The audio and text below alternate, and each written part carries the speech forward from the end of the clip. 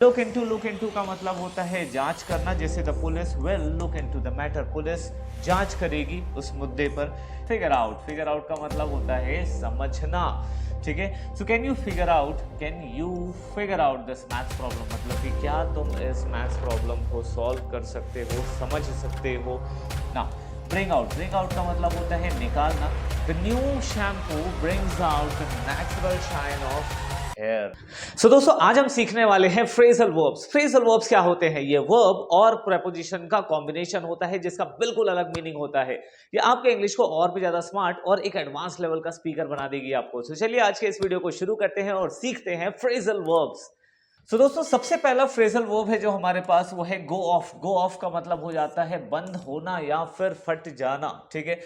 हम सभी जानते हैं कि ये क्या है, वर्ब्स है। तो वर्ब के अलग अलग forms, first form, second form, third form, fourth form, fifth form, जितने भी फॉर्म्स होते हैं टेंस के अकॉर्डिंगली हम उनको यूज करेंगे। तो फर्स्ट सेंटेंस में देखो सेकंड फॉर्म यूज हुआ है, तो आप टेंस के अकॉर्डिंगली इनको यूज करेंगे, ठीक है।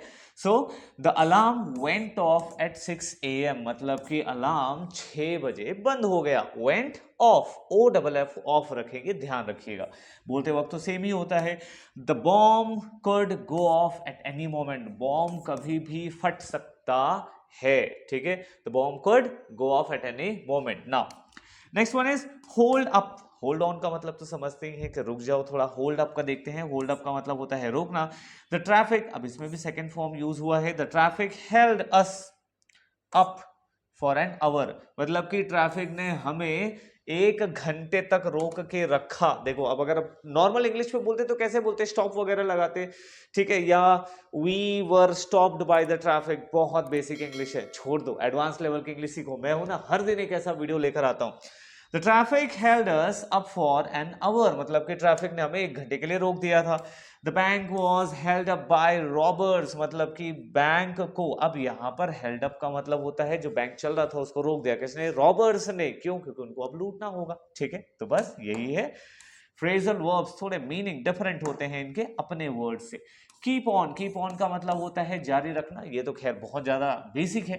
Keep on practising and you will improve, मेरे दोस्त, keep on practising and you will improve, बहुत सही बात है। आप इसी तरीके से इंग्लिश सीखने को जारी रखो और आप बहुत जल्दी इंप्रूव करोगे, ठीक है।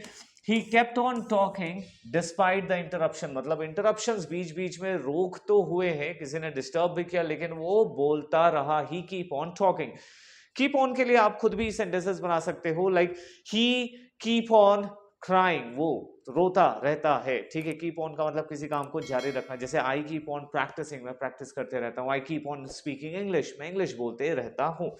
लुक इनटू का मतलब होता है जांच करना, जैसे the police will look into the matter, police जांच करेगी उस मुद्दे पर। She is looking into new job opportunities, वो नए जॉब अपॉर्चुनिटीज को ढूंढ रही है। जांच रही का मतलब यहां पर खोज रही है, ठीक है।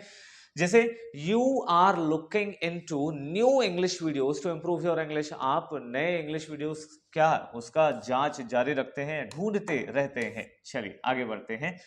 नाउ यहां है मेकअप फॉर का मतलब होता है भरपाई करना। He tried to make up for his mistake, मतलब उसने अपनी गलती की भरपाई करने की कोशिश की।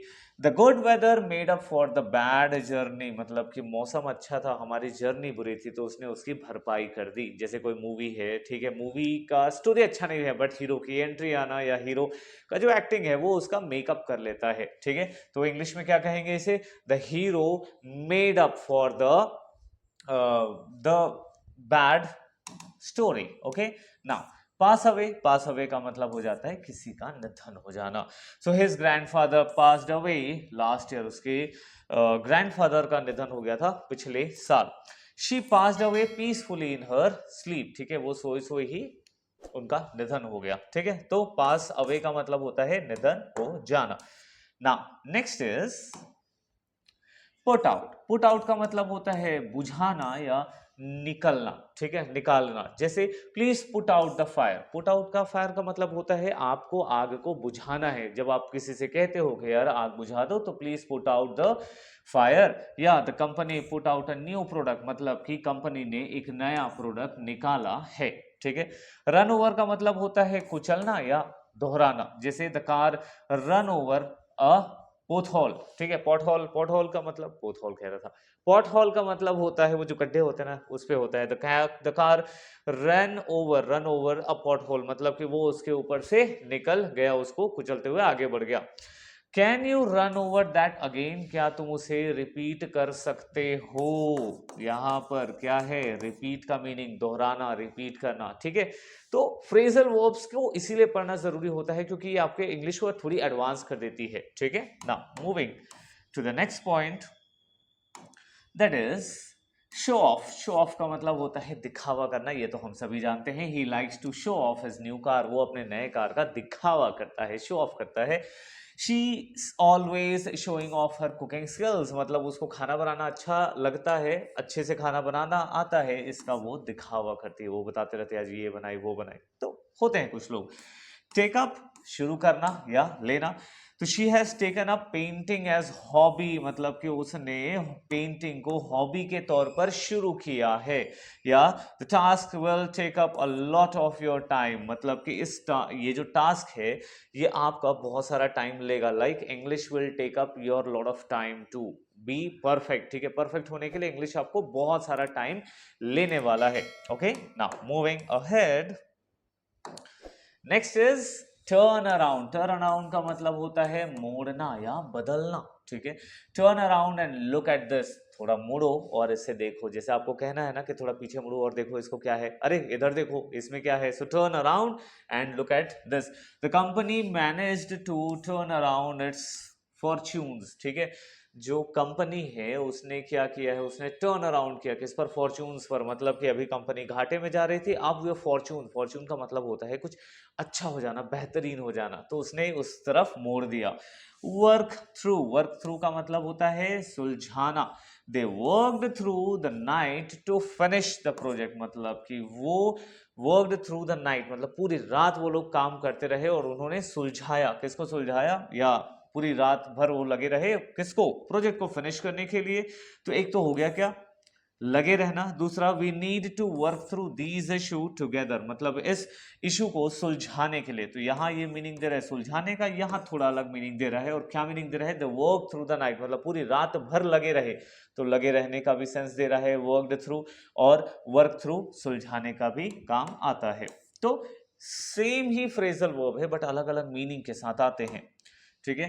और इसीलिए आपको ये पढ़ना बहुत जरूरी है, नहीं तो आप अगर गलत मीनिंग दे दिए किसी भी फ्रेजल वर्ब के साथ तो पूरा सेंटेंस गलत हो जाएगा, आपका मीनिंग गलत हो सकता है ना। ब्रिंग आउट, ब्रिंग आउट का मतलब होता है निकालना। The new shampoo brings out the natural shine of hair, जो नया शैम्पू है, ठीक है, वो नेचुरल शाइन जो होता है ना अपने हेयर का, वो थोड़ा सा रिमूव कर देता है, निकाल देता है। She is bringing out a new album next month, वो नया एल्बम निकाल रही है नेक्स्ट मंथ, ठीक है। तो निकालना मतलब कि आप to bring out something, to come out with, कुछ अलग लेकर आना।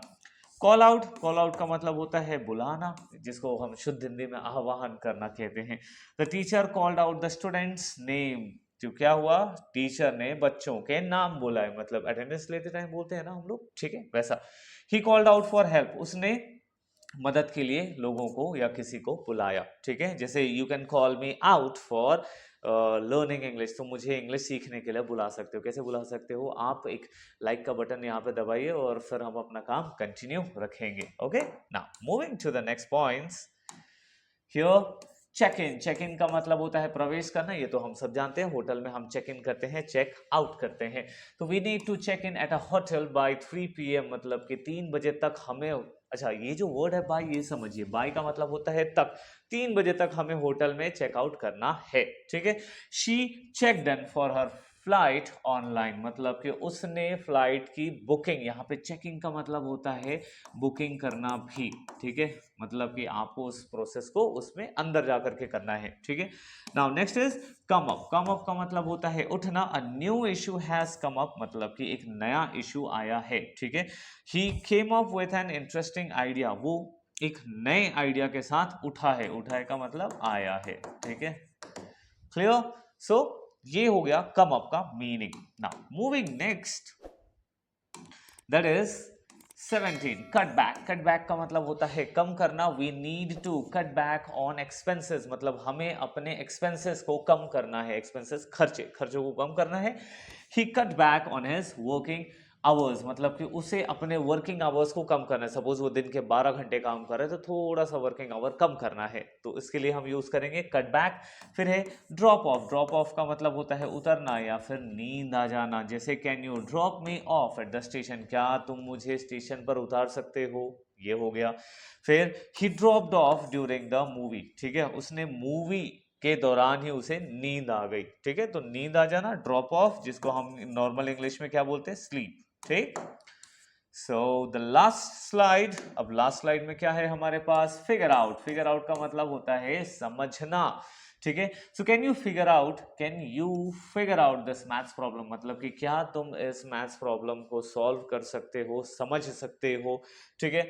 और she figured out how to use a new software, मतलब वो समझ गई कि इस नए सॉफ्टवेयर को कैसे यूज करते हैं। जैसे आप समझ चुके हो कि इंग्लिश को किस तरीके से सीखा जाता है।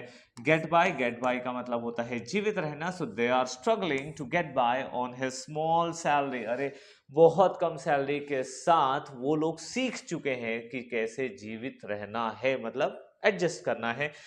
How does she get by with so little money, मतलब वो कैसे जिंदा रहती है, कैसे गुजारा करती है इतने कम पैसों के साथ। सो दोस्तों उम्मीद करता हूं कि आज के इस 20 फ्रेजल वर्ब ने आपको एक नया अलग लेवल का इंग्लिश सिखाया है।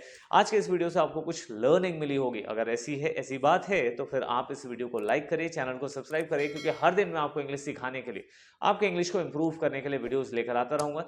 चलिए दोस्तों, मिलते हैं अपने अगले वीडियो में, तब तक के लिए गुड बाय, थैंक यू।